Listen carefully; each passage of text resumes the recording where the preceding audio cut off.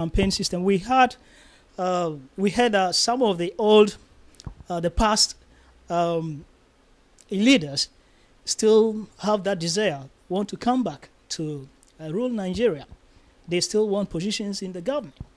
At this very time, looking at what is happening in the other part of the world, what advice will you give to these our leaders who have, let's say, they've contributed their parts in the past and still who are trying to come back again and whatever they have, we don't know. But then, what advice will you give them in line with what we are seeing on the other parts of the world now? Chief, I'll give you this opportunity to air your views. Yeah, your question is, I would say, is well-founded. Because if you, like you just mentioned, we know that all these Arabian Revolution, if I may say so, started in Tunisia. And it's because people were not satisfied the way the governments, their own government, were ruling them. Or the government were not providing to the needs of the people. And that made them to be able to revolt, to stand up and say, enough is enough.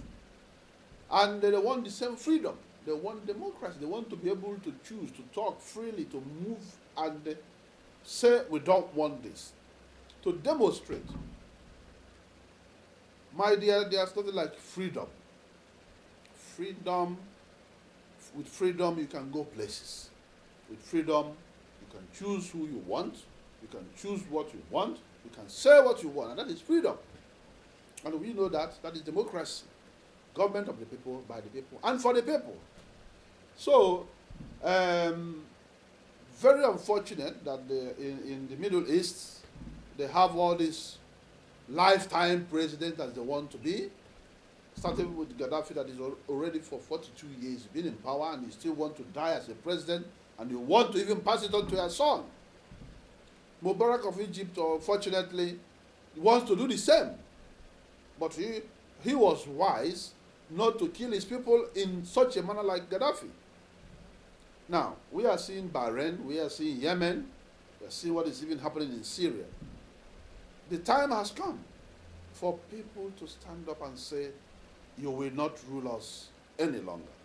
They want to choose their own people, and they have the right to choose their own people. They have right to say, I want A or B or C to rule me. After all, they are the people voting. Because the principle of governance is you vote for one person. If he doesn't perform, you change him. Vote for another person. So doing, by the time you know it, there will be progressive development. America did not happen to be what we all shouted in one go. We know how they started.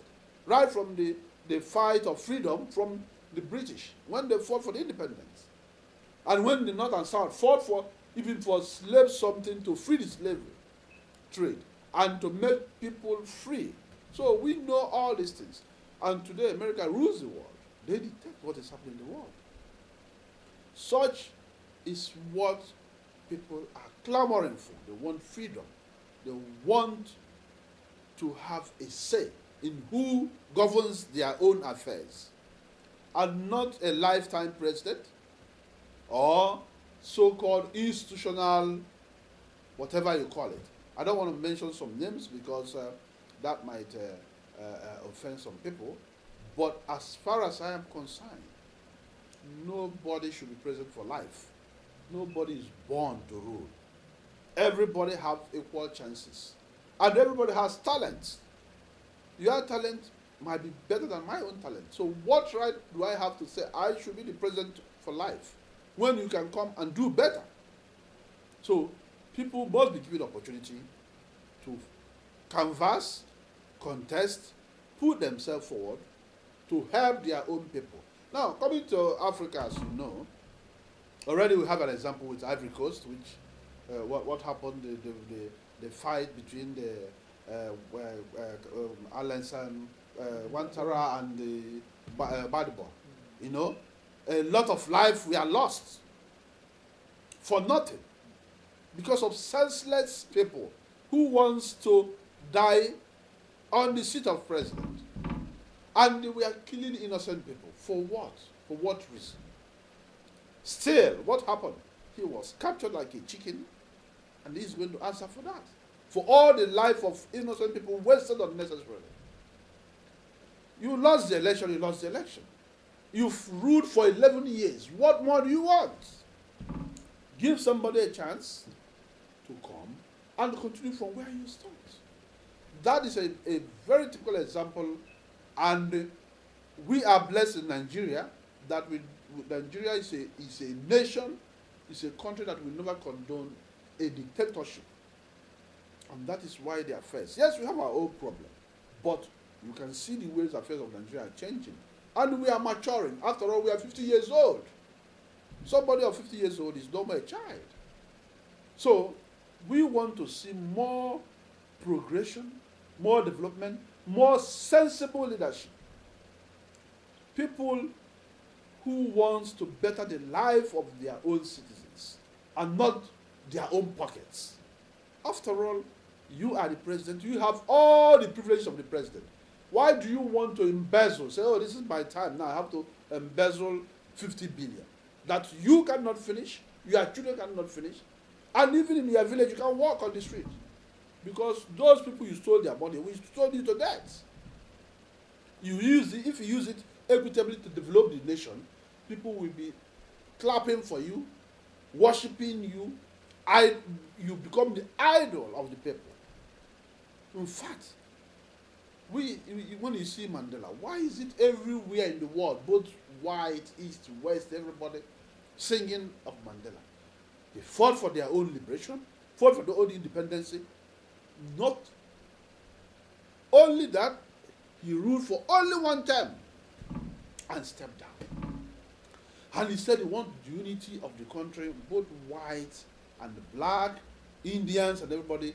Everybody said they're all South Africans. Nobody has the right to say, go. And see where South Africa is today. See the development. We want such thing for Nigeria. We want to develop Nigeria to the level of South Africa. Let's use South Africa as a baseline. Yes, it's part of Africa. To the level of South Africa.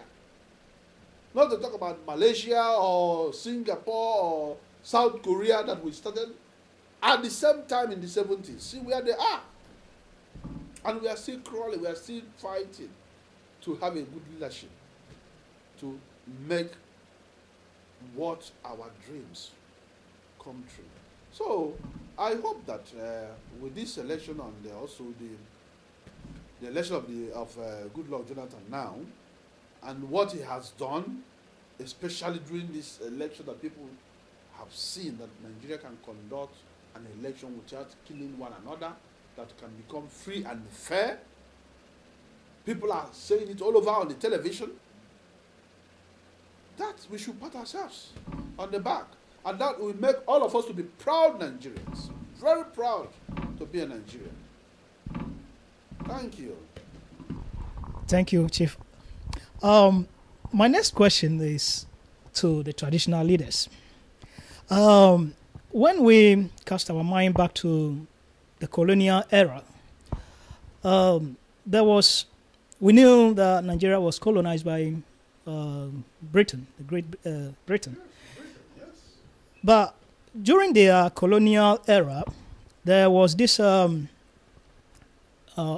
fact that when they went there to colonize Nigeria, they realized that within the Nigeria traditional system, Nigeria has a very good setup of traditional governance, which has the chiefs in place, the traditional leaders, who are well structured in such a way that the people listen to them, whatever they tell them, they do. Now, there is no good governance that comes without the help of the traditional leaders. And as a chief, I believe you know how the kind of close contact that the traditional leaders have with the people within the communities and the tribes. So, for us to have a good governance in Nigeria, as the president made mention in his speech, so what role do you think the traditional leaders, the chiefs and the leaders, will play in this time of we having a very good, successful election, and we're looking forward for a good governance in the next 5 years or so? What role do you think the traditional chiefs and leaders will play in this very crucial time? Yeah, thank you very much. Before I answer that question, you see, there was a point you raised before about the old soldiers coming back to rule us again, the previous leaders and all those things. Now, if a father don't know when to retire and say, let my son carry on the business, I wonder what kind of father is that? If you don't know when to sit back and encourage the youth to come out to conduct the affairs of the country, you, as old as you are, being 80 years, being 90 years, or being 70 or whatever, you still want to come and contest for presidency to become a president of Nigeria at the age of 80-something years. When you have the youths, the young ones, vibrant one, with more education, intelligence, and the world is moving fast. A lot of things now is on the internet, electronically advanced stage we are now, and they still want not to give them that chance to come and move the country forward. They still want to come back and become the same old people. The time you ruled before, you have not shown anything for that. There's nothing to show what you have done during your own leadership, either as a president, as a governor, as anything you call yourself, ministers or whatever. And you still want to come back, just for the sake that you want to come and then enrich more or put your hand more in the pockets of the nation. I don't think that those people are worthy of us to emulate them. They are not, we can't say that our idols. Look at the world we are today. The Obamas, for example, how old is Obama? Cameron, how old are they? Look at them. And they are moving the world. They are the movers and shakers of what is happening in the whole world. So why is it that the mentality of the Nigerian, that they cannot allow a 30, 35 years old man to become a president of the country, to push Nigerian forward, to bring a new idea, a new type of mentality? Why must you, old man, have to corrupt the youth to be worshiping you, or to be, dancing around you, thinking that you are nobody's indispensable. If anybody dies, there are millions of people better than the person to take the affairs of the country on. And that is it. If you like it or not, if anybody dies, there must be day, there must be night. The planet must be revolving. So planet doesn't stop because one person died. It does not. The traditional chiefs have a very big, important roles to play in the country because they are nearer to their people. So the people listen to them. Sometimes they said, if you put your house in order, then you can be able to put somebody's house in order. You can be able to put a nation in order. So, my advice to the incumbent or president-elect and those who are going to carry on the affairs of this country in the four years to come is to work very closely with the traditional chiefs in honesty, without corruption, and let the traditional chiefs themselves play their roles without bias.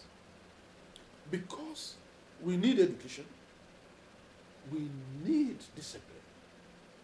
And all these things that are happening, we say you have a lot of kidnaps and thieves and all those things. Everybody knows where those people are from. People know their villages, know their father's houses, know their own houses, know their families. So the chiefs know what is happening. By government playing their roles and using the chiefs, the emirs, the obas, the igwes and the bees, those in